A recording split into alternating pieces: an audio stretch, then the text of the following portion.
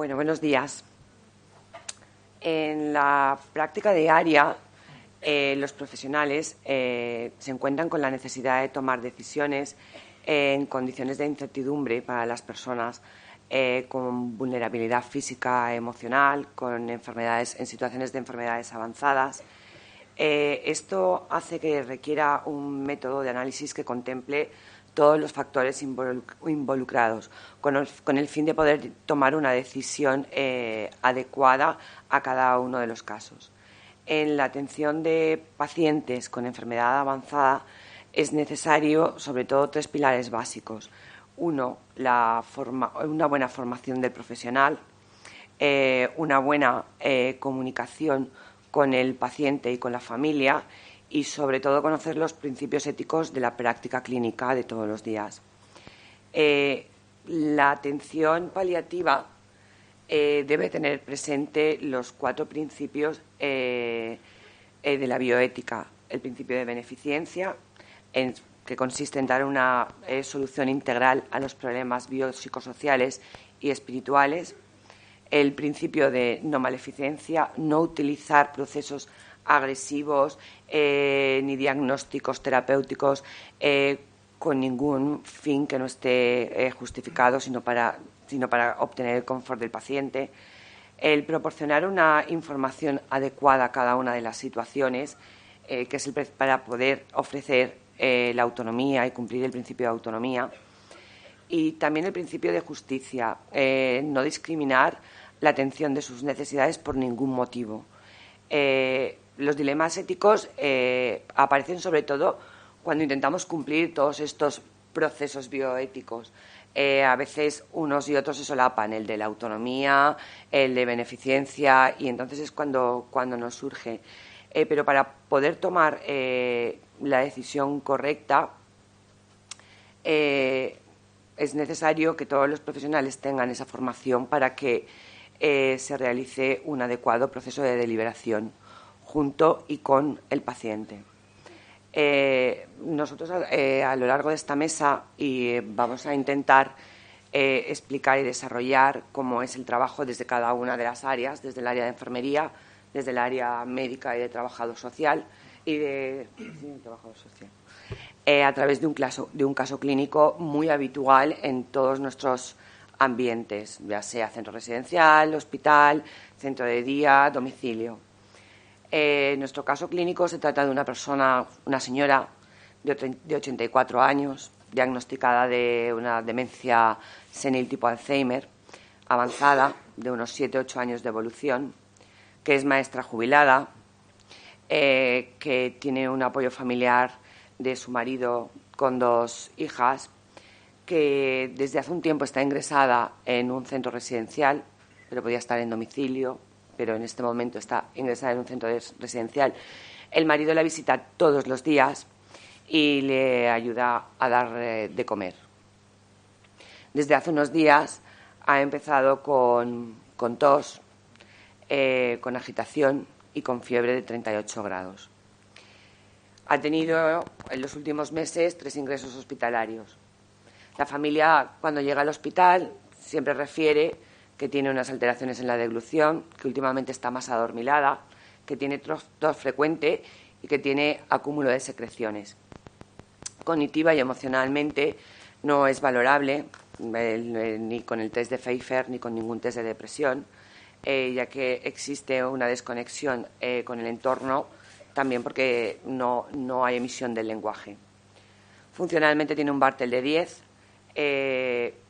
y a nivel nutricional admite la ingesta oral, aunque tiene problemas en la masticación y en la deglución, y la boca la tiene en mal estado. La familia desconoce el peso previo, pero no tiene sensación de que haya perdido mucho peso, entre 1 y 3 kilos. Pero aún así tiene un índice de masa muscular de 25 y un MNA de 15 puntos, con lo cual es sugestivo de una desnutrición proteica moderada, debido a que también los parámetros analíticos salen alterados. Es incontinente total, lleva pañal, tolera la sedestación, pero duerme bien por la noche y tiene un buen estado higiénico. A lo largo de este caso, los profesionales, van a ir contestando las siguientes preguntas. Empezará Mari Carmen Vicente, que es la coordinadora de enfermería del Centro Sarco Habitat de Ciudad de las Artes, y desarrollará la elaboración del plan de atención integral, la importancia de la disfagia y la valoración nutricional en estos pacientes y los criterios de demencia avanzada. Continuará Sonia Cuesta, que es la trabajadora social de la Asociación de Enfermos de Alzheimer de Valencia, y a través de su ponencia nos explicará cómo evaluar la situación sociofamiliar en los pacientes con demencia avanzada, la valoración de la sobrecarga del cuidador principal y las gestiones de recursos sociales en pacientes con demencia avanzada. Posteriormente, el doctor Navarro, que es jefe del área clínica de Medicina Integral del Hospital Padre Jofre y presidente de la Sociedad Valenciana de Medicina Paliativa, hará más hincapié. Ya no lo sé. Pues desde ayer. Nos explicará los dilemas éticos a través de la información y la comunicación del diagnóstico, el lugar de atención paliativa y de la muerte, la nutrición e hidratación artificiales al final de la vida, principio de doble efecto en el manejo del dolor y de la sedación paliativa terapéutica y la importancia del Advanced Care Planning. Tiene la palabra Mari Carmen Vicente. Gracias, Cristina. Me gustaría que me pusieran, por favor, la presentación. Y mientras, pues quería darle las gracias a Sarco Habitae por la posibilidad de estar hoy aquí, en esta mesa, y poder compartir mi experiencia con ustedes.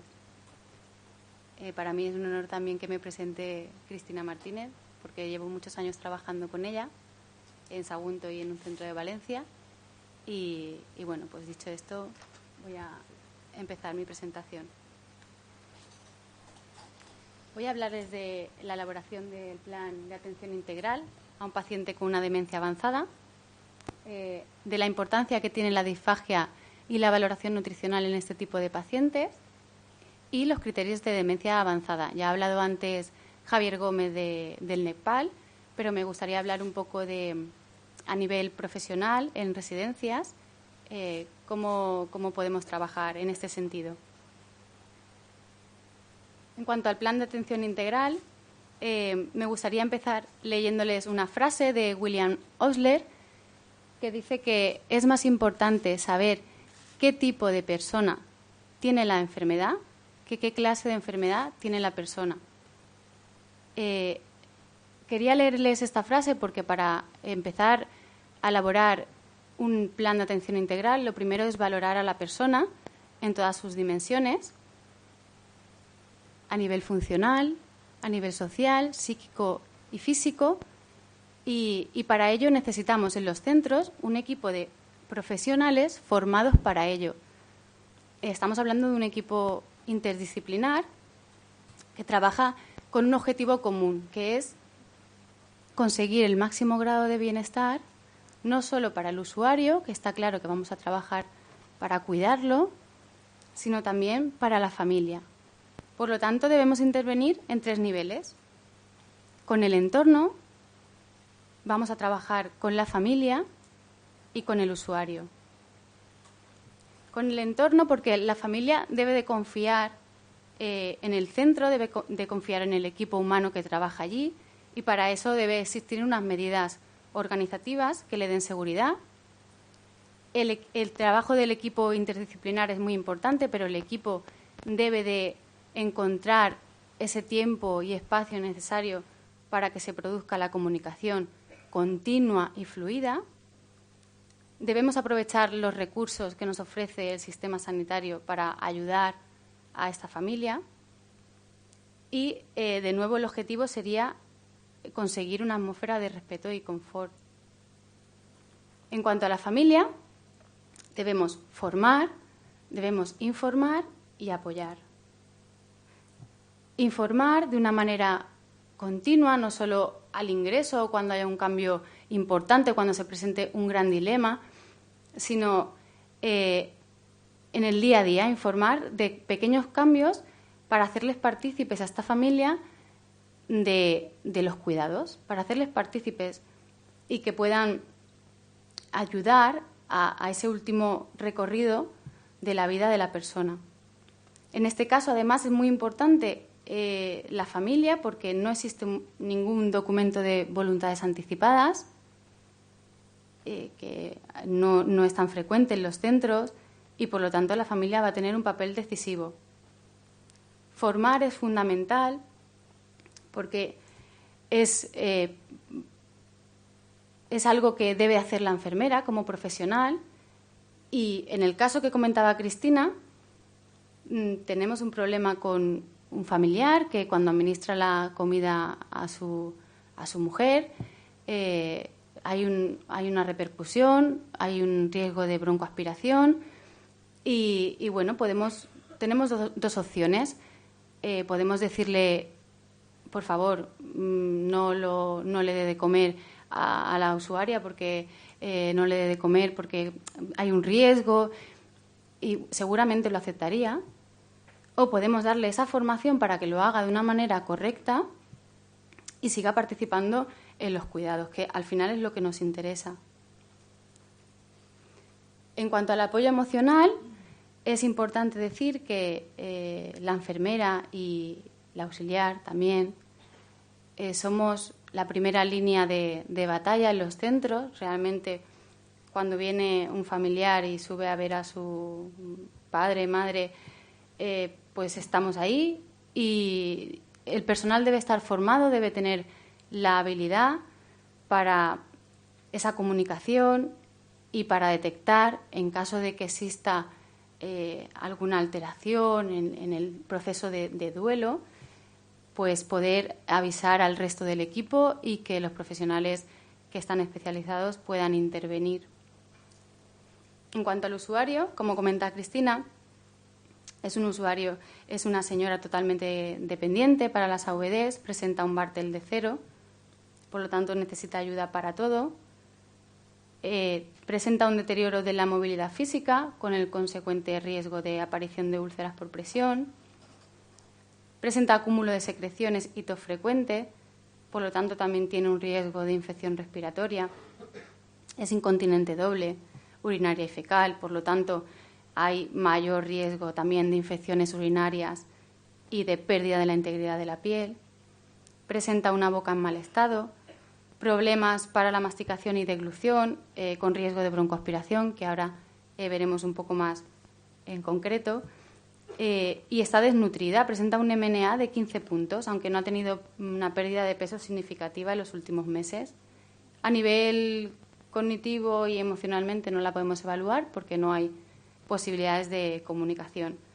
Por tanto, debemos realizar un plan de cuidados específico, individualizado, para suplir todas estas necesidades que tiene la persona en cuanto a higiene, en cuanto a movilidad, en cuanto a control de síntomas de cualquier tipo de infección.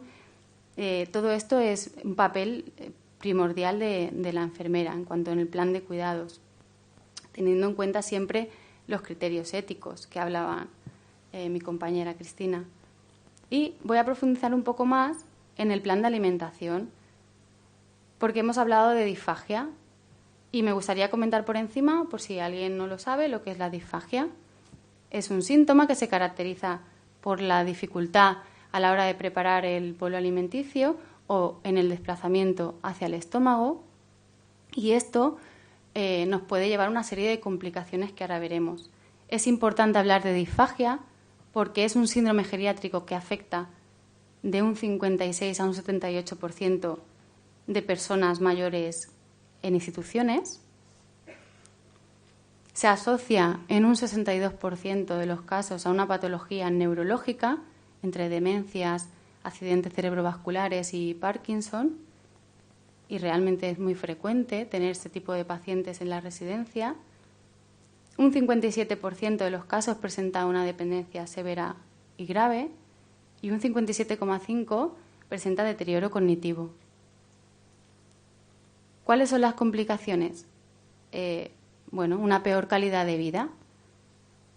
peor calidad de vida, en este caso la paciente no es consciente, pero hay otro tipo de enfermedades crónicas en la que la persona sí es consciente y solo un 45% de los pacientes con disfagia consideran que comer es un acto agradable. Nos puede traer problemas de desnutrición y deshidratación, que sí está presente de un 20 a un 50% de los ancianos, y sobre todo neumonías por aspiración, que se producen en un 50% de los casos de disfagia y tiene una mortalidad asociada de un 45 a un 50%.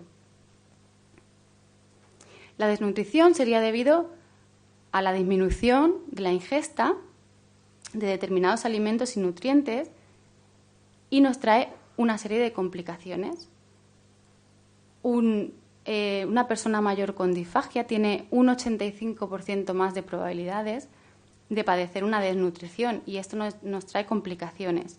Disminuye la resistencia ante infecciones, induce a la debilidad y alteración de la conciencia, por lo tanto hay más riesgo de broncoaspiración,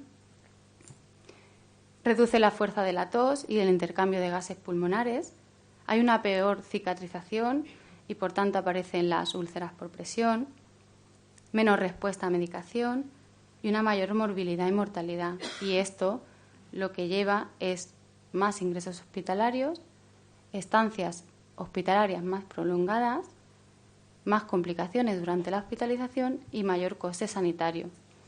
Estamos hablando de que en una residencia un paciente bien nutrido cuesta en una residencia 5.330 euros al año y exactamente el doble si está desnutrido. Por lo tanto, no solo hablamos ya de calidad de vida, sino de costes. Pues bien, lo importante aquí es detectar el problema, detectar la disfagia y realmente la persona que está al pie del cañón y que ve los primeros signos y síntomas son las auxiliares. Por lo tanto, los centros utilizamos esta ficha que es muy sencilla.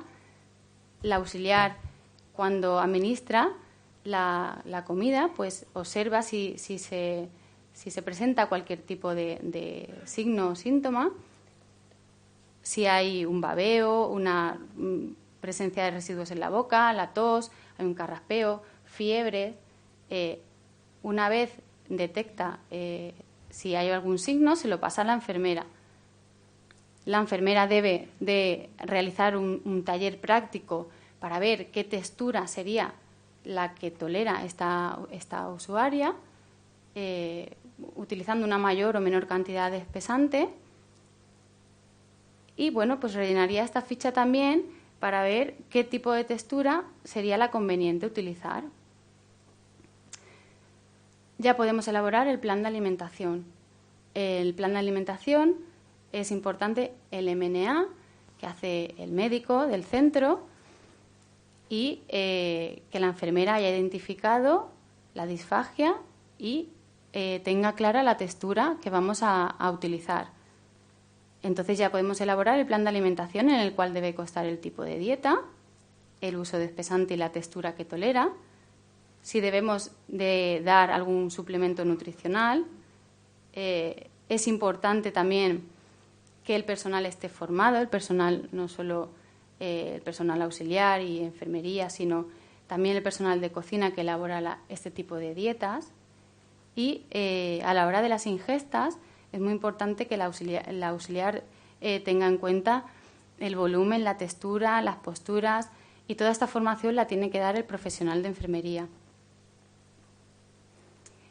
Y para finalizar, me gustaría hablar de criterios de demencia avanzada, un instrumento que ha comentado Javier Gómez Batiste, para identificar las personas susceptibles de cuidados paliativos, porque realmente en la residencia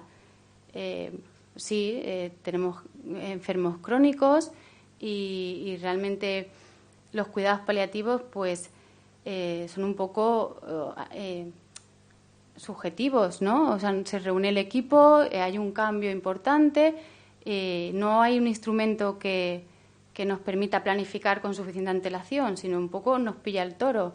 Y a lo mejor cuando empezamos a aplicar los cuidados paliativos, la persona no tiene un año por delante, sino 4 meses, 4 semanas, un mes. Por lo tanto, me parece un instrumento muy importante para poder, con mayor tiempo de antelación, poder trabajar. Y he puesto trabajo adicional para los profesionales. En realidad, es un poco la parte vista desde el profesional.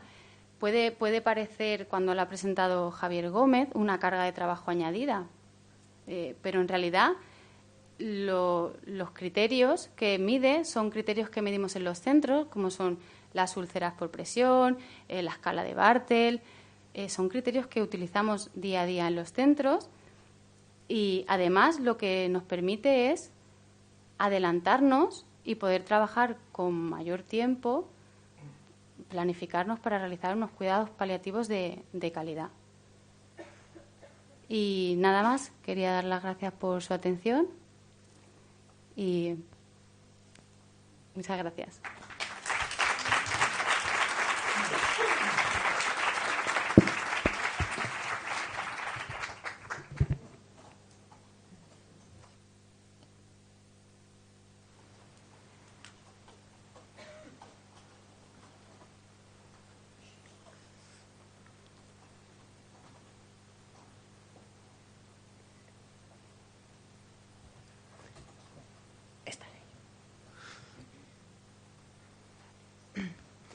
Bueno, buenos días a todos. Muchas gracias a todos por asistir y sobre todo a SAR por la invitación. Tengo que decir que me siento parte de SAR porque tenemos muchos usuarios en común y creo que entre todos los recursos asistenciales formamos una gran familia.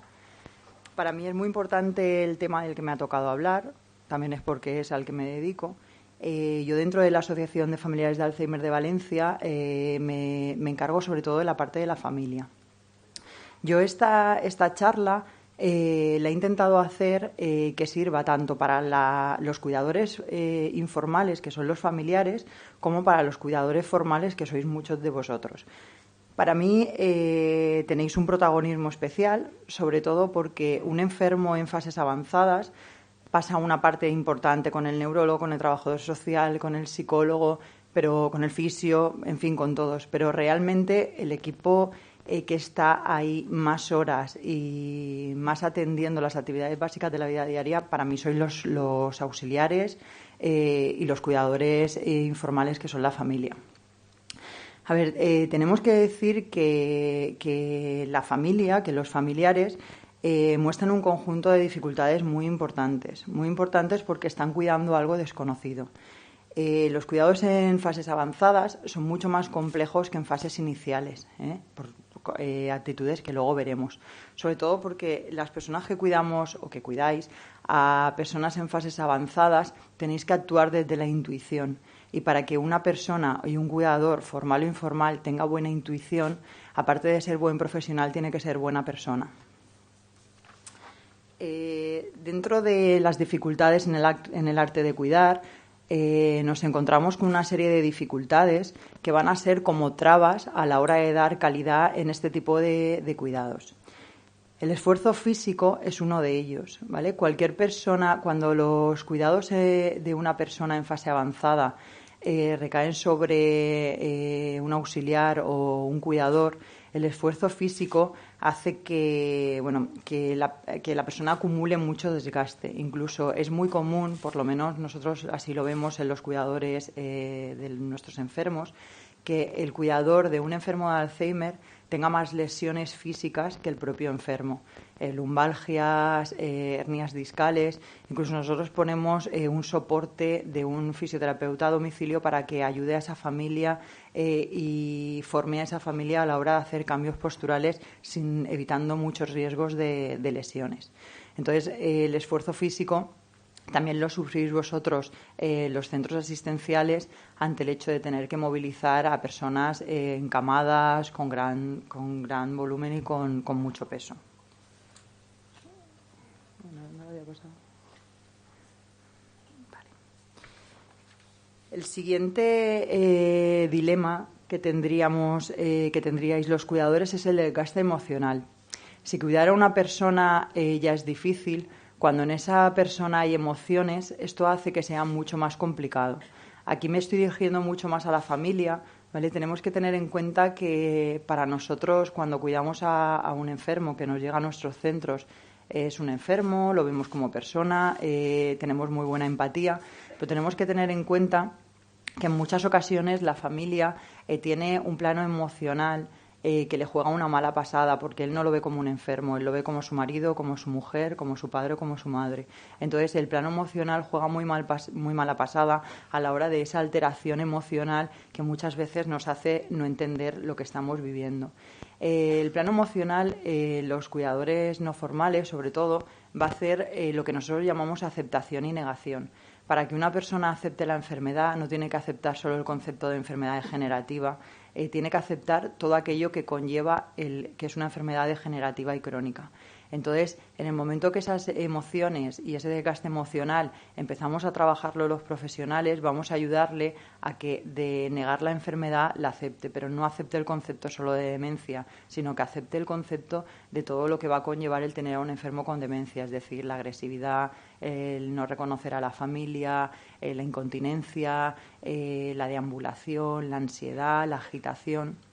Vale, entonces es muy importante tener en cuenta el desgaste emocional con el que nos vamos a enfrentar o, por ejemplo, las anécdotas que nos encontramos todos los profesionales de que la familia intenta decirnos cómo es su enfermo para que lo atendamos como es su enfermo, pero no se da cuenta de que su enfermo ya esas facultades las ha perdido y ahora hay que tratarle con las necesidades básicas que tiene de persona y no con ese plano emocional que ellos piensan, ¿vale? Por ejemplo, la típica familia que te dice: es que no puede ser que os haya insultado o que haya estado nervioso porque siempre ha sido muy tranquilo y él nunca ha dicho ninguna palabrota, ¿vale? Lo que hay que intentar es ponernos en la situación y tener empatía con esa familia, porque esa familia no acepta la enfermedad, no acepta las consecuencias y los cambios de conducta y está viendo a su marido, a su mujer, a su padre o a su madre como eran antes de tener la demencia, ¿vale?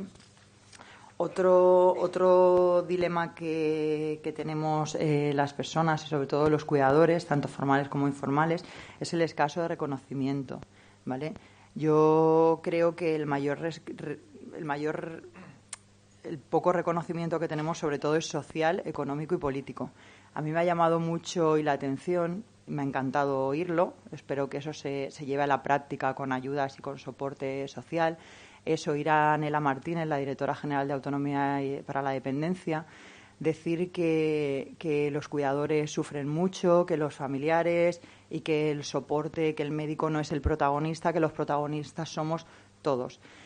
Esto es un poco chocante, sobre todo porque yo veo dos escasos reconocimientos desde los cuidadores formales e informales. Para mí los cuidadores no formales, que son la familia, tienen un escaso reconocimiento incluso de sus propios miembros de la familia. O sea, el propio hermano, que es el que menos cuida, le sabe mal que el que está cuidando 24 horas se queje de lo sobrecargado que está, ¿vale? Luego también es chocante porque una de las ayudas que más ha sufrido los recortes ha sido la prestación al cuidador. O sea, una persona que decide cuidar a su enfermo en casa, el soporte económico es menor que una prestación vinculada al servicio. Entonces, bueno, esto es un poco chocante, pero entiendo y quiero pensar que puede cambiar. Y luego el tema de los cuidados, de los cuidadores formales, que somos todos aquellos los que estamos en el sector de los servicios a discapacitados, es decir, centros de día, residencias, donde estamos en un colectivo en un convenio de trabajadores donde no se nos reconoce la labor que estamos haciendo. O sea, es muy importante la gente que está haciendo trabajos importantes y reconocidos, pero es que nosotros estamos cuidando a los familiares, a los padres, a las madres, a las mujeres y a los hombres de esas personas. Entonces yo creo que qué mayor responsabilidad es cuidar a una persona, ¿vale? Entonces el escaso reconocimiento muchas veces quema al sector. Quema al sector porque tenemos mucha responsabilidad, pero muy poco reconocimiento, sobre todo social y políticamente. Esto, bueno, es más como una reivindicación que otra cosa, pero también es así. Y luego la incomunicación y la soledad. Sí que es verdad que los cuidadores que cuidan a enfermos con enfermedades... Es que se me olvida, ¿eh? Esto no es contagioso. Vale. La incomunicación, sobre todo porque cuando nosotros estamos cuidando a un niño, cuando nosotros tenemos a nuestro hijo y lo estamos cuidando, sí que hay una comunicación verbal y no verbal con esa persona. Sin embargo, cuando nosotros estamos cuidando a personas en fases muy avanzadas, esa comunicación nos tenemos que ceñir a interpretar mucho la comunicación no verbal, a sus sonrisas, a su mirada, a su apretón de manos, a su cariño, ¿vale? A sus ojos vidriosos de emoción. Entonces, esa incomunicación hace que no sepamos muy bien qué está sintiendo el enfermo y también tengamos que actuar por intuición. Y la soledad, sobre todo, nos estamos refiriendo a esos cuidadores que por cuidar a un enfermo de una enfermedad en una fase avanzada que le dificulta salir a la calle, ir a por sus nietos al cole, relacionarse con los amigos o incluso relacionarse con su propio entorno familiar, incluso con sus propios hermanos, se va quedando solo porque al final ha dejado otras actividades y otros ciclos vitales para cuidar y luego se da cuenta de que cuando en una enfermedad larga como puede ser el Alzheimer, que están 10 años cuidando, cuando luego van a retomar su vida, esa soledad sigue, se ha agudizado, porque ya ha perdido amistades, ha perdido trabajo, ha perdido incluso a sus hijos que han crecido sin ellos, y esa soledad no es una soledad puntual, es una soledad que dura en el tiempo y que incluso en procesos después del duelo y del fallecimiento del enfermo hay que seguir trabajando con estas familias. Y luego el sentido de frustración.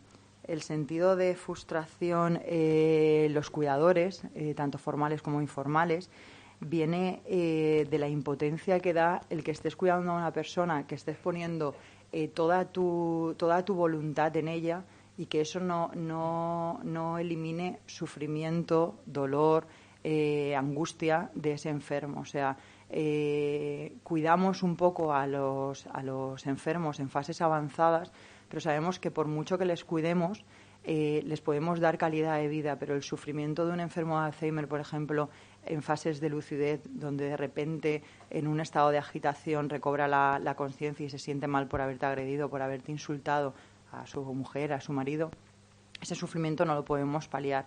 Entonces esto al final es un estado que también va pasando factura, puesto que somos humanos y al final emocionalmente va a repercutir.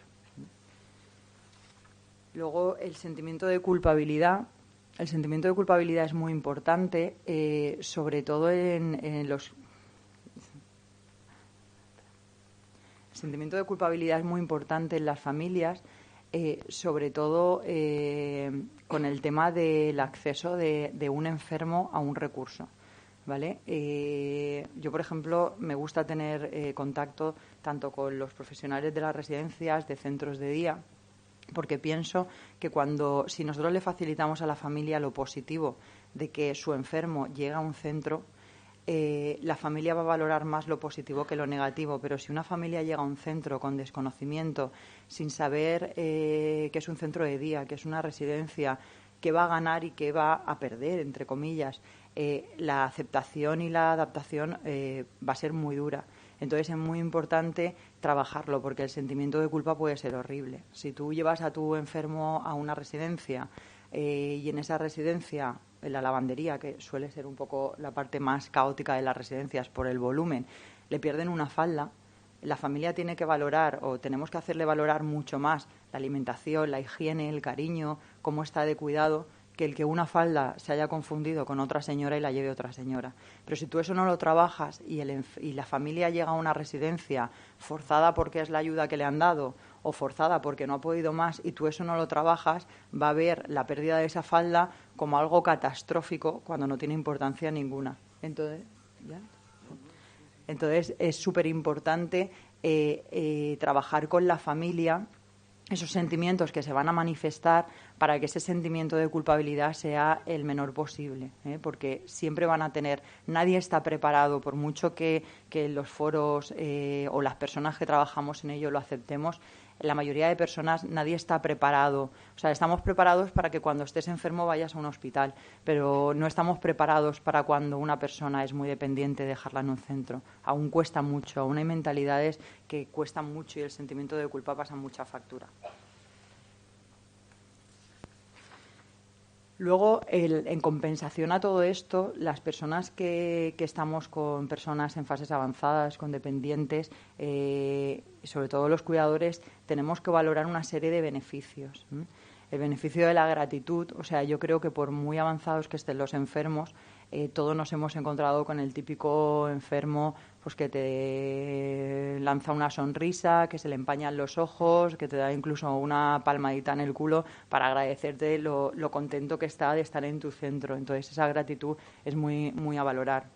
La compensación interior de estar haciendo tu labor, de estar haciendo tu trabajo y de que te guste sobre todo hacerlo. Creo que estamos en un sector que si no tienes buena empatía y no te gusta lo que está haciendo, no puedes trabajar en él. El aprendizaje vital, saber que todos vamos a ser mayores, que todos, o sea, que una enfermedad no la compras, no la deseas, una enfermedad te viene y todos en un futuro el aprendizaje vital es que todos podemos ser usuarios de nuestros propios centros. Una evolución positiva, el crecimiento de valores y sobre todo la manifestación de afecto con los enfermos. En la gestión de recursos sociales en pacientes con demencia avanzada es súper importante adecuar el recurso a la necesidad. Hay recursos que pueden ser muy valiosos para una familia, pero por situación del enfermo familiar no pueden adecuarse a otra familia y pueden ser nefastos. Entonces es muy importante valorar al enfermo a la familia y gestionar el recurso adecuado. Para buscar recursos en fases avanzadas es importante hacer una valoración del enfermo, de su entorno familiar y tener mucho en cuenta la situación de edad, situación familiar, situación de activo. Y aquí quiero hacer una especial... ¿No he seguido pasando? No, sí. Gracias. Aquí quiero hacer una especial mención al tema de la gente joven. Nosotros tenemos un amplio grupo de personas que van desde los 45 a los 60 años. Ya no estamos hablando de una enfermedad en fases avanzadas, estamos hablando en una situación donde los enfermos tienen hijos adolescentes, hijos pequeños, cuidadores en activo, ellos mismos están en activo y tienen un problemón con la burocracia para conseguir una gran invalidez. Entonces, es muy importante saber la familia con la que estamos trabajando y la situación sociofamiliar con la que se encuentra, porque si no, no les podemos ayudar, no vamos a poner un recurso adecuado para su necesidad. Y luego tenemos dos tipos el enfermo en fases avanzadas puede optar por la institucionalización, que como decía antes es necesario el asesoramiento de centros especializados, la adecuación del centro a la familia. Yo, por ejemplo, cuento con los centros como SAR que ofrecen una atención especializada y de calidad a los enfermos, pero sí que es verdad que cada familia necesita una residencia y cuando tú te sientas con una familia, hay familias que les encantan una residencia grande con muchas plazas donde el enfermo tenga sus jardines, sin embargo hay familias que por creencias necesitan una residencia pequeñita en un pueblo con no más de 30 plazas para que el enfermo esté en su entorno rural. Entonces es muy importante saber qué necesita la familia para dárselo. Entonces nunca tú puedes recomendar a la misma familia sin haber hablado con ella una residencia sin tener conocimiento de su situación sociofamiliar. Luego la incorporación y la adaptación es muy importante para que luego el resto de tiempo que esté el enfermo, la familia esté tranquilo y se vaya realmente a casa tranquilo de que el enfermo está bien cuidado. Y luego las visitas de integración y de la integración de la familia en el entorno de la residencia como una amplia familia, no como un servicio que le están dando puntual. Y nada, luego quería acabar con una frase de Virton Flan, que nos tenemos que quedar con todos los cuidadores y todas las personas que trabajamos con los enfermos, y es que todo aquello que amamos nos lo pueden arrebatar. Lo que no nos pueden quitar es nuestro poder de elegir qué actitud asumimos ante esos acontecimientos. Muchas gracias.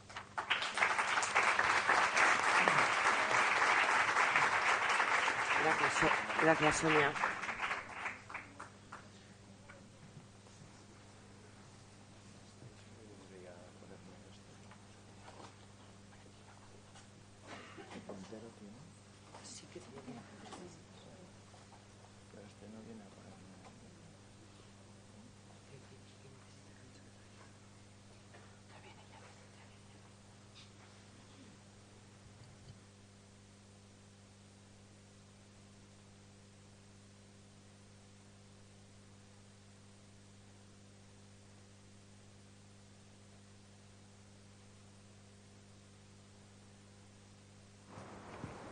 aquí.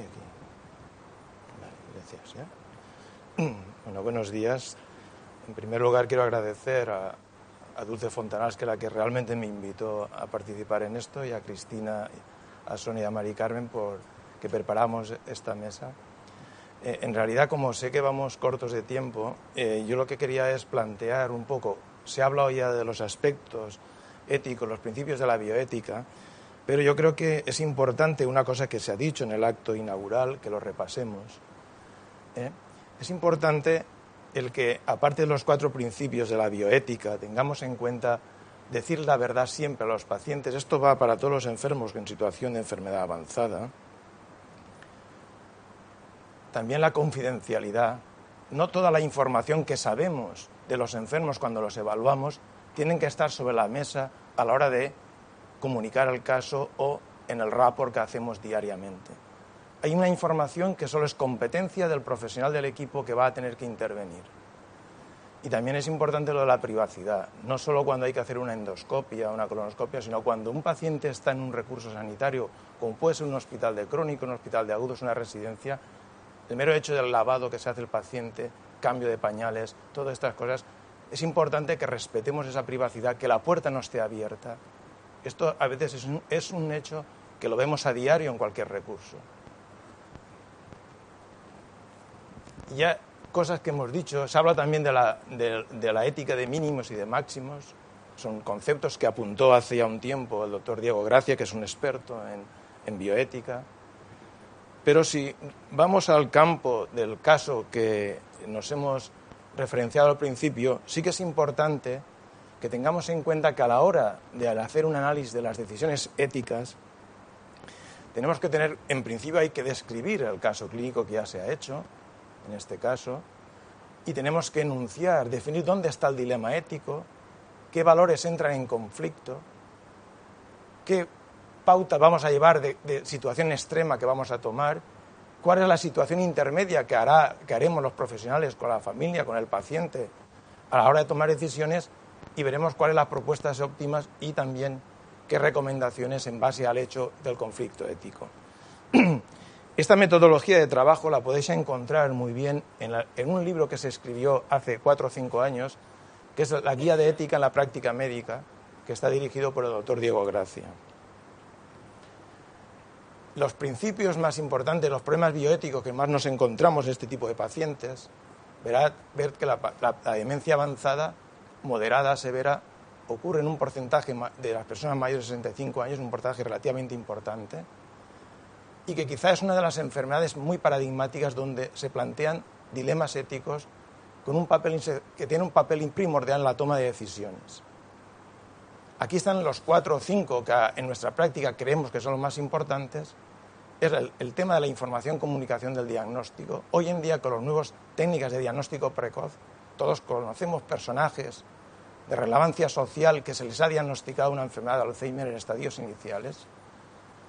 Realmente el problema de la información de la comunicación tiene su contenido ético, porque sabemos que vamos a comunicar un diagnóstico del que no hay un tratamiento eficaz, pero sí que es importante en un medio cultural adecuado que este paciente tenga la información para que pueda planificar las directrices adelantadas, para que cuando llegue a situación muy evolucionada, las decisiones que se tengan que tomar sean ya planificadas, aunque pudiesen cambiar a lo largo del proceso, si es decisión del paciente. En lugar de atención en cuidados paliativos y en lugar de muerte, muchas veces hay una incongruencia. El paciente desea morir en casa, pero la familia decide que no muera en casa.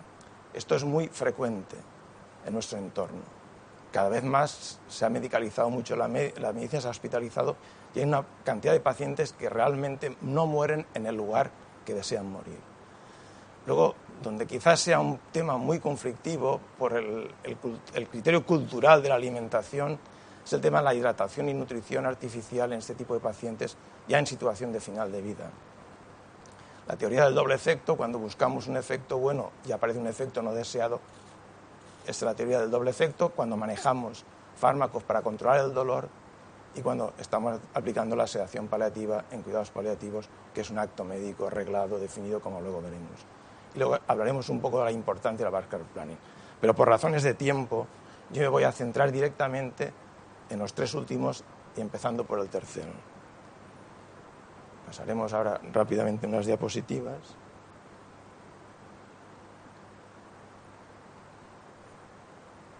Vamos a ver, cuando hablamos del tema de la nutrición, la hidratación, es tradición en la ética. La propuesta clase hay que distinguir lo que es una medida ordinaria de una medida extraordinaria. En el tema de la alimentación, con los avances de la tecnología, de las sondas PEG e endoprótesis en cuidados paliativos, hay profesionales que entienden que estas son medidas ordinarias y otros entienden que son medidas extraordinarias. Y ahí está el principio ético que no hemos hablado hasta este momento, que es el principio de la proporcionalidad terapéutica. El principio de la proporcionalidad terapéutica entiende que es un beneficio global esperable de la terapéutica que vamos a aplicar, entendida como la probabilidad de preservar la vida y o restaurar la salud. En este concepto vemos también el concepto de la limitación del esfuerzo terapéutico o asistencial, que es la retirada o no inicio de medidas diagnósticas o terapéuticas porque el profesional sanitario estima que en la situación concreta del paciente son inútiles, es decir, son fútiles, y que, por tanto, no van a conseguir prolongar una vida biológica, pero sí la posibilidad de proporcionarle una recuperación funcional con una buena calidad de vida. Tenemos que insistir en que la evaluación sobre la futilidad de un tratamiento es un juicio clínico de los profesionales que trabajan en la atención a este tipo de pacientes basados con criterios de indicación y de pronóstico. Evidentemente estaría indicado la colocación de una endoprótesis a un paciente con un cáncer de esófago con una expectativa de vida de 2 o 3 años, probablemente no estaría indicado un cáncer avanzado de esófago con una expectativa de vida de menos de 3 o 4 semanas. No tendría mucho sentido. Su aplicación exige que extrememos nuestras estrategias de comunicación y negociación con el paciente familia. En ese tipo de pacientes, como enfermos avanzados que ya no son competentes, realmente donde la negociación, donde la comunicación y la información va a ser fundamentalmente hecha con los familiares o los cuidadores o con sus representantes legales. El proceso de valoración clínica debe ser una valoración clínica ponderada sobre el grado de adecuación, proporcionalidad, necesidad o futilidad de una determinada intervención médica, y no es una práctica contraria a la ética, no es una práctica punible judicialmente, no es eutanasia, y realmente es una buena práctica clínica, como dicen algunos autores expertos en el tema de la bioética y sobre todo en cuidados paliativos. Esto es importante que lo tengamos claro. Quizás el único punto donde no existe un acuerdo ético tan amplio es en este campo de la nutrición y la atención y la limitación del esfuerzo terapéutico, dado que se realiza mediante sistemas sencillos como la sonda, la PEG, pues hay personas que pueden interpretarlos como una medida de confort o un cuidado básico que debe mantenerse siempre, salvo que el paciente haya expresado lo contrario. Hay personas que así lo entienden. Y aquí cito autores de reconocido prestigio en el campo de la bioética y en el campo de los cuidados paliativos. En el caso que nos compete, era un caso, como hemos dicho, como ha comentado Cristina, una demencia senil tipo Alzheimer avanzada, dentro de su proceso evolutivo. La familia refiere que el día antes del ingreso la paciente llevaba una sonda y se la arrancó. Están muy preocupados porque no puede tomar nada. La preocupación cultural de que se va a morir de hambre. Se le plantea no reiniciar la alimentación, pero ellos piden, la familia, enfadados, a la enfermera que en este momento está atendiendo a la paciente, que al menos le pongan un gotero para poderlo alimentar. Se trata de una paciente, como hemos dicho, con demencia senil tipo Alzheimer avanzada, en progresión, con unos años de evolución y con unos signos ya sugerentes de que se encuentra en situación muy avanzada, incluso en final de vida. Si nos atenemos a lo que hemos oído de la conferencia del doctor Gómez Batiste, cumple criterios NECPAL positivos ya hacía bastante tiempo y tiene criterios específicos y generales de enfermedad avanzada. Tiene diversos problemas sintomáticos, como dolor, que expresan probablemente. El dolor siempre se ha centrado en cuidados paliativos al cáncer, pero yo os puedo comentar que en nuestra experiencia en mi hospital, los enfermos no cáncer, la prevalencia, el síntoma más prevalente después de la disfagia es el dolor en un 64% de los pacientes, con lo cual es un porcentaje importante.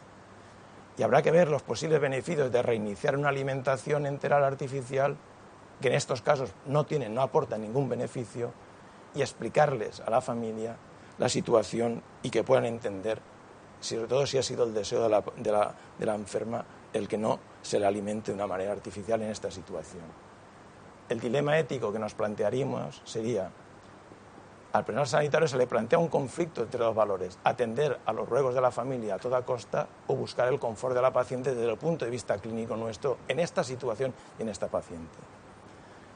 Tenemos dos extremos donde actuar: o intentamos colocar la sonda nasogástrica de alimentación cumpliendo con el deseo expreso de la familia, o bien tomamos la decisión de que sabemos, por la evidencia científica en la situación de esta paciente, no alimentar ni hidratar a la paciente, indicando a la paciente que, en base a la evidencia, a los conocimientos clínicos, no va a aportar ningún beneficio, ni va a adelantar ni va a retrasar el proceso final de vida.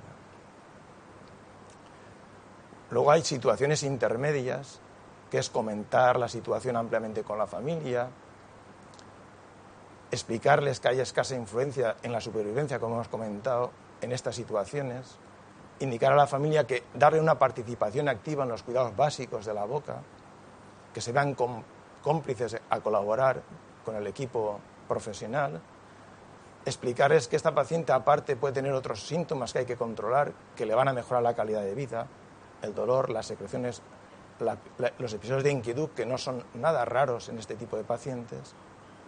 Podría tener una indicación la hidratación paliativa alrededor de 1 litro de suero fisiológico al día, utilizando simplemente la vía subcutánea, puesto que son pacientes que muchas veces llevan también tratamiento con opioides, y los metabolitos opioides, si el paciente está deshidratado, puede causar una agitación por un efecto secundario de los mismos.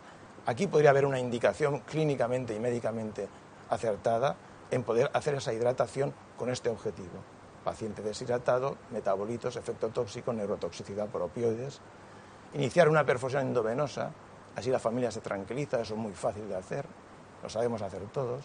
O bien comentar las decisiones en reuniones sucesivas del equipo con la familia de la paciente. Luego, los cursos óptimos que se podían proponer, pues sería una combinación de estos 2, 3 primeros y el quinto proceso.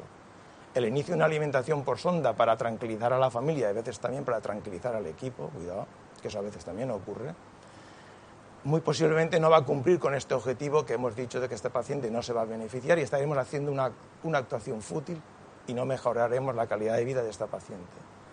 Si cogemos el cuarto punto, sería una forma rápida de resolver el problema y estar todos contentos, la familia contenta, pero la paciente probablemente no estará en la situación de mejor calidad de vida posible.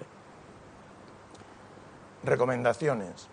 La alimentación e hidratación al final de la vida produce un gran impacto en la familia, en todo tipo de pacientes, no en los enfermos de Alzheimer, enfermos de cáncer también, pero también en los profesionales, por el simbolismo cultural de que el paciente puede morir de hambre. Realmente en esta situación clínica los enfermos no mueren de hambre, mueren por la evolución propia de su enfermedad, que fisiológicamente su organismo no les pide tener hambre, como es lógico. En cambio, en el periodo de últimos días preocupa poco a los pacientes de esta situación, sobre todo cuando son pacientes que no están, el nivel cognitivo está muy deteriorado, no tienen sensación de hambre ni de sed, los pacientes en situación de final de vida, y la nutrición artificial por sonda o por una PEG o por prótesis podría estar indicada en pacientes en etapas anteriores, cuando hemos dicho antes hay un espacio de tiempo de varios meses, 1 año o 2 años de expectativa de vida. Los pacientes en situaciones muy avanzadas, como es el caso de la demencia, la alimentación enteral por sonda o por PEG no ha demostrado a nivel de evidencia científica ningún beneficio, y aparte puede ocasionar problemas como dolor abdominal, no evita las aspiraciones, por lo tanto neumonías por aspiración, y también problemas relacionados con arrancamientos, que no es raro encontrar pacientes que se quitan la PEG y también la sonda en sus momentos de aumento de lucidez. La hidratación no se ha demostrado claramente ningún beneficio en el periodo agónico, a excepción de lo que hemos dicho antes, en el caso de que el paciente tenga opioides, esté deshidratado y tenga una neurotoxicidad por los mismos. Y es muy importante dedicar el tiempo necesario a explicar a la familia cuáles son las razones de estas actuaciones, explicarles basados en la evidencia de la mejor manera posible. Por eso es importante, en atención a estos enfermos en cuidados paliativos, tan importante saber manejar la farmacología como manejar la comunicación y la información. Yo creo que esto es básico para poder llevar a cabo y también establecer una empatía en la relación, como ya se ha comentado anteriormente. Por lo tanto, yo creo que en este caso hay que quedar muy claro que en esta situación avanzada sería un tratamiento inútil y fútil y en contra de la ética el administrar una sonda nasogástrica a una paciente que está en situación muy avanzada, final de vida, máxime cuando hay periodos que ha sido arrancada la sonda. La teoría del doble efecto es importante que la tengamos claro, que es la acción, es un acto con dos efectos, uno bueno y uno malo que no se busca, pero que aparece sin buscarlo.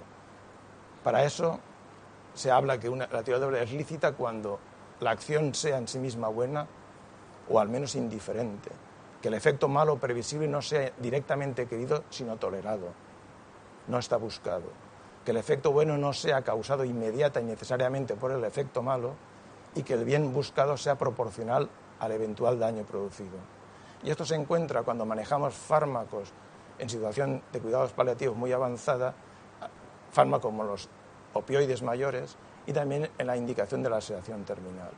Es muy frecuente encontrar en situación de final de vida que para poder tratar un dolor irruptivo, potente, en situación de agonía, tengamos que recurrir a dosis importantes en las que es difícil controlar los efectos secundarios. Pero aquí el fin que se busca es quitar el dolor, a pesar de que puede haber un efecto secundario no buscado. Esto sería la teoría del doble efecto. Y en el caso de la sedación terminal, yo creo que es importante porque esto lleva a muchísima confusión. La sedación terminal en cuidados paliativos, sea un paciente de Alzheimer o de cáncer muy avanzado, es una administración deliberada, yo creo que vale la pena leer el contenido, de fármacos para lograr el alivio inalcanzable con otras medidas del sufrimiento tanto físico o psicológico mediante la disminución suficientemente profunda, previsiblemente irreversible de la conciencia. Esto es lo que se llama una sedación paliativa irreversible primaria en final de vida o en agonía. En un paciente cuya muerte se prevé muy próxima y con su consentimiento explícito, implícito o delegado.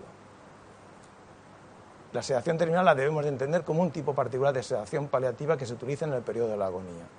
No estamos hablando de sedación secundaria, reversible, que puede ocurrir a lo largo del proceso asistencial de un paciente en situación de cuidados paliativos. Desde el punto de vista ético, y aquí es lo importante, y terapéutico, la sedación paliativa o terminal en la agonía es una maniobra terapéutica, es un acto médico que tiene su indicación, tiene su protocolo de actuación, dirigida a aliviar el sufrimiento del paciente y no el dolor, la pena o la aflicción de la familia o del equipo sanitario. Esto es muy importante, que a veces puede que hagamos sedaciones por la angustia del equipo y esto sí que va contra la ética y la práctica clínica. De aquí la importancia de que releemos esto las veces que haga falta. Yo ahora, en el último punto es importante, se habla mucho, nosotros estamos trabajando en un proyecto de investigación en la Basque Care Planning. Cuando uno está en un recurso que llevamos varios años atendiendo a este tipo de pacientes, hablamos los compañeros, tanto médicos, enfermeras, vemos que hacemos muchas cosas que luego no quedan plasmadas en lo que es el documento oficial de la historia clínica.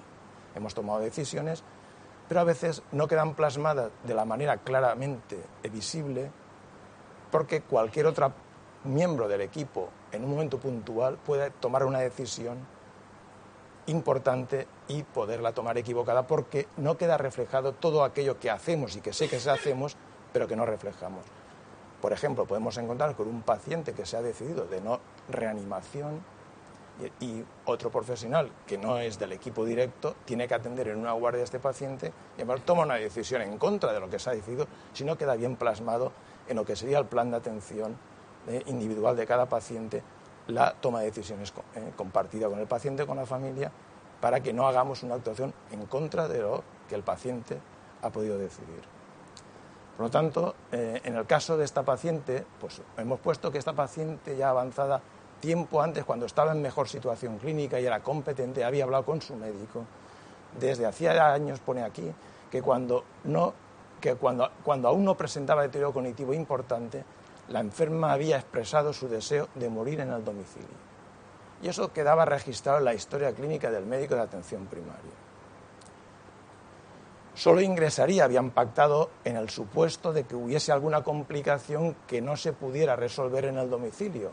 Este tipo de pacientes, a lo largo del proceso evolutivo, pues hacen infecciones urinarias, hacen infecciones respiratorias, si aparece disfagia, y si tienen un síndrome de encamamiento por la dependencia funcional, pues hacen úlceras que se sobreinfectan, pueden hacer sepsis, y a veces son motivo de ingreso por vía de urgencia en el hospital.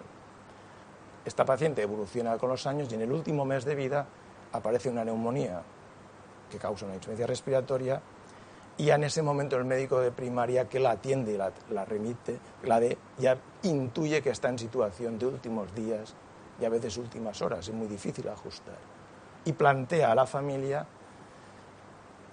la situación, pero la familia dice que quiere ingresar, puesto que morir en casa pues puede resultar un traumático para los nietos que viven y tal. Bien. Entonces el conflicto ético, que es a lo que vamos, sería no ingresar en el hospital y aceptar la voluntad explícita, bien claramente registrar la historia clínica de la paciente, o bien ingresar en el hospital, hacer caso omiso a lo que ha dicho la paciente registrado en la historia y hacer caso a lo que pide la familia, que es ahora lo que les importa, ¿no? Esto es un dilema ético, como podéis comprender. Entonces, los cursos intermedios, siguiendo la metodología que hemos comentado al principio, sería exponer a los familiares la voluntad, explicarles perfectamente bien que el deseo de la paciente había sido el morir en casa en la situación de final de vida y que debe respetarse su voluntad. El equipo de cuidados paliativos va a poder atender en el domicilio, se hablará con la hospitalización a domicilio si estamos en nuestro medio, aquí en la Comunidad Valenciana, y podrá atender en el domicilio perfectamente en la necesidades de esta paciente. Por lo tanto, el curso óptimo sería adoptar todos los cuidados necesarios, informar a la familia de la situación en la que está, y una cosa importante que queremos destacar es que esta paciente había hecho un ejercicio anticipado, había tomado decisiones, había hecho voluntades anticipadas o no. Esto no es lo primordial, puesto sí que estaba reflejada en su historia clínica su deseo. Por lo tanto, es importante averiguar también si el problema es la excusa de los nietos o es la situación más bien de los hijos, familiares directos de la paciente. Habría que averiguar, y eso sí que es una labor, por lo que ha comentado antes Sonia, una labor muy del trabajo social, a la hora de ver cuál es el problema que realmente está causando esa... No. Ya para acabar, es importante el Avascar Planning, que es la planificación adelantada, se extiende mucho más allá de lo que es el control sobre las decisiones de tratamiento específico para llegar a un proceso centrado en el paciente, que se dirige a los objetivos generales de la atención de los cuidados en las fases iniciales. Es decir, lo importante, como había hecho esta señora, era en situaciones más precoces, si vemos aquí la evolución de la enfermedad hasta el final de la vida, ya empezar a planificar cosas que probablemente cuando esté aquí no las va a poder planificar porque no será competente. Y el Avascar Planning tiene una serie de resultados que mejora la comprensión del paciente, la familia, del equipo, define las prioridades clave del paciente, aumenta la autonomía del paciente, mejora el proceso de toma de decisiones y también alivia las cargas emocionales y mejora la relación con los profesionales. Y para acabar, es una diapositiva casi idéntica a la que ha presentado la última primera del doctor Gómez Batiste. Nosotros, tanto él como yo, hablamos muchísimo de estas cosas y pensamos que esto debe de estar en lo que es los programas de la cronicidad. El Avascar Planning, los cuidados paliativos, la atención paliativa, debe estar incluida en la atención a los pacientes crónicos de enfermedades crónicas avanzadas y dentro de los modelos de la cronicidad. Nada más, muchas gracias.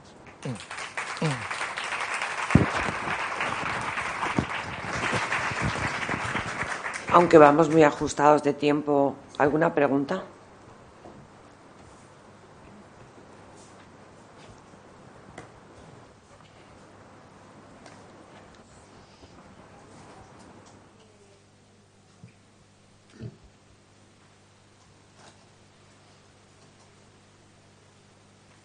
Hola. Hola, buenos días.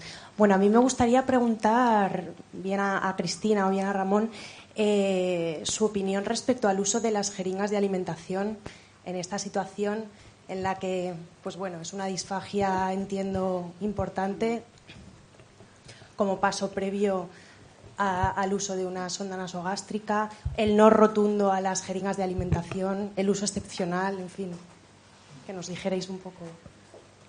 Vale, mira, yo no descarto del todo el uso de la jeringa porque puede haber algún caso en el que se pueda utilizar. Sin embargo, es primordial que el personal esté formado, que el cuidador esté formado para evitar llegar a eso, porque además existe riesgo de broncoaspiración también con la jeringuilla. Es más difícil controlar el volumen de administración y, por tanto, es más fácil que se produzca una broncoaspiración. Puede haber algún caso en el que pueda estar indicado, pero en realidad en el centro no somos partidarios, no la utilizamos. Yo soy más radical en esto. Están proscritas las jeringuillas.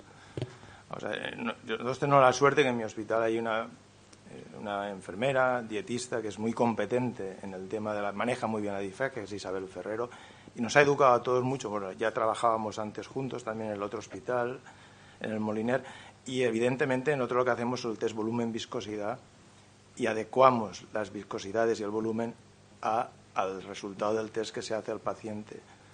Retiramos sondas nasogástricas, no indicamos sondas nasogástricas, hay formación a los profesionales y hay formación a los cuidadores y hay un seguimiento también de formación cuando el paciente se programa el alta para que la familia en casa siga con los volúmenes y con las viscosidades adecuadas según el resultado del test de disfagia. Realmente es una técnica, no es complicada, pero lo que sí que es cierto de que el riesgo de las jeringuillas para la alimentación es potenciar muchísimo la aspiración.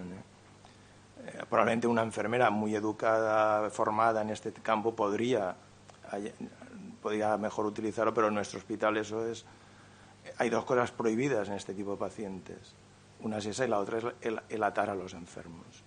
Esto está prohibido, vamos, salvo que haya un riesgo a terceras personas, que eso es riesgo de que se autolesione el paciente o de que lesione a otra persona, ¿no? Eso las indicado la sujeción mecánica y la sujeción farmacológica, ¿no?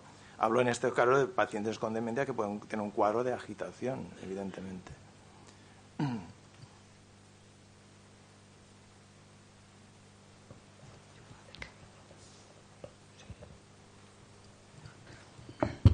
A ver, a mí me gustaría hacer una pregunta al doctor Navarro, aprovechando que lo tengo aquí.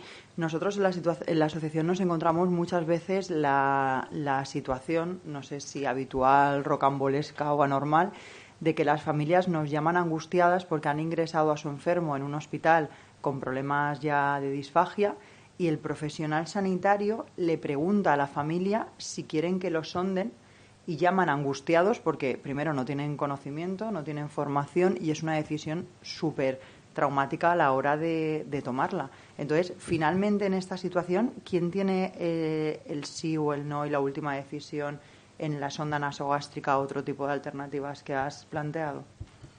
Yo creo que la decisión hay que ver cada caso. En primer lugar, ver la situación del paciente. Nosotros, en un caso hipotético, en nuestro hospital, si eso ocurriese, pues evidentemente, como tenemos un recurso muy potente, que lo acabo de comentar, pues probablemente comentaríamos con la profesional, haría un test de disfagia, nos diría hasta qué punto. Estamos hablando de un paciente que no está en situación de final de vida. Partimos de la base porque un paciente que esté en situación de final de vida, con pocos días o semanas de vida por la situación, un cuadro séptico, demencia evolucionada, evidentemente no nos plantearíamos, hablaríamos con... En ocasiones sí que se ha planteado. No se plantea. Bueno, estoy hablando, imaginemos una demencia que no está en situación de final de vida o un paciente neurológico avanzado por infartos, multiinfartos, y el paciente tiene disfagia, porque la disfagia es un signo, en este tipo de pacientes, es el 68-70% de los pacientes tienen disfagia en esta situación. Entonces hacemos el test de disfagia y si hay una respuesta favorable a un tipo de volumen de viscosidad, adecuamos la alimentación a esa viscosidad. Y ya vamos hablando con la familia, que vemos que el pronóstico de la paciente se va mejorando y tal, y de ahí y no mejora, plantearíamos, cuando la supervivencia la vemos larga, posiblemente una PEG. La sonda puede ser un caso intermedio, pero iríamos directamente a la PEG y mantenemos alimentación por ambos sitios. Hemos visto casos de pacientes que nos vienen con la PEG o con la sonda, seguimos la alimentación, se le hace un test de disfagia y hay momentos en que hay que retirarla porque ya mantiene una alimentación adecuada, porque claro, esto, si no hay una valoración nutricional, entenderéis que no sirve para nada, porque esto lleva una valoración nutricional y un seguimiento además, y cuando vemos que el paciente está bien nutrido, alimentándose con la adecuación de su volumen viscosidad por vía oral, se retira la PEG o la sonda. Pero por ejemplo, sí. Una familia que está en un hospital que no es el vuestro, que no está Isabel, y que sí que le delegan a ellos la responsabilidad, ¿puede exigir de un informe de una nutricionista que le asesore? Porque eso no está en todos los hospitales. Bueno, o sea, no... yo creo que sí que lo debería de exigir. Vamos. Nosotros ese problema no lo tenemos porque lo tenemos resuelto. Es decir, el problema lo tenemos resuelto y cuando no está Isabel, en este caso, pues ya hay una persona que se va formando también, como es el periodo vacacional o una cosa así, ¿no? Claro, es que este es un tema, aparte, es vital, es un tema que tiene mucha trascendencia cultural y no solo en los enfermos de demencia, sino en enfermos de cáncer avanzado también y en otras enfermedades neurológicas y en enfermedades avanzadas de órgano también, porque la vía oral llega un momento en que la evolución ya se va perdiendo, ¿no? Y ese es el contexto. Yo creo que muchas veces el miedo está y el sentimiento está más en la familia y en algunos profesionales por simplemente lo que hemos dicho antes, por lo que es el impacto cultural que tiene el que un paciente si no come se muere. Un paciente en situación de final de vida no se va a morir porque no coma. Eso lo tenemos que tener claro. Eso hay que explicárselo a la familia de una manera muy clara y que lo entienda. Por otra cosa es importante es que cuando hablamos con la familia no es darles una parrafada. Tenemos que ser conscientes y han entendido lo que les hemos dicho. Y a lo mejor requiere muchas más reuniones, no solo una. Porque claro, uno puede explicar muy bien las cosas y no haber entendido nada. Pues si hablamos técnicamente, seguramente no nos van a entender. Entonces tenemos que utilizar un lenguaje, tener una empatía y luego darnos cuenta de realmente si han entendido lo que les hemos dicho, ¿eh?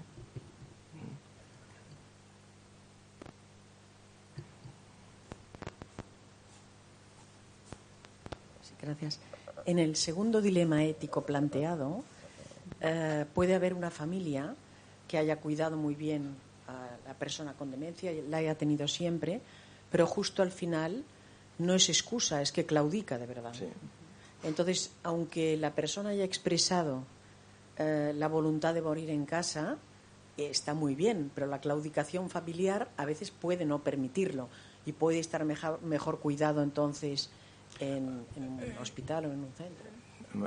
Evidentemente, si eso es así, ya lo hemos comentado, porque para intentar respetar el equipo, sobre todo estamos hablando de un caso hipotético, que el médico de primaria, que es el médico que atiende o el equipo de primaria a esta paciente, quiere que se respete la voluntad de la paciente, pero él tendrá que valorar realmente, por eso hemos dicho, cuál es el problema que hay. Si es la excusa que los nietos, en este caso hipotético, son los que realmente les puede impactar ver a su abuelo o a su abuela en situación de final de vida, cuando estos pacientes están completamente tranquilos, están bien medicados, si tienen inquietud, si tienen dolor, están tranquilos, no van a expresar ninguna cuadro de inquietud ni agitación, o realmente es otro el problema. Cuando yo supongo, yo lo que haría, si realmente vemos que hay un problema de claudicación familiar, que la hay y la podemos medir apoyándonos en trabajo social, buscaríamos el recurso más adecuado, pues un centro donde haya una unidad de cuidados paliativos, pues no habría otra solución, pero que lo que sí que a veces ocurre que el motivo no es realmente, es más, está en la familia por comodidad que la realidad. Entonces, si realmente nos creemos los de los principios de la autonomía, el respeto, y la paciente ha comentado eso y se lo hemos explicado a la familia, debemos de ser, al menos intentar que el paciente y facilitar que pueda morir en casa. Tenemos recursos para que así sea. Tenemos las unidades de hospitalidad a domicilio, que se hablaría con la unidad de hospitalidad a domicilio del distrito correspondiente para que fuese a atender a esta paciente en el domicilio las veces que hiciera falta. Es cierto que no está eso cubierto las 24 horas, habría que educar a la familia. Y si realmente, a pesar de eso, la familia es realmente claudica, pues tendría que ir a un recurso. Bueno, ahí no hay otra opción.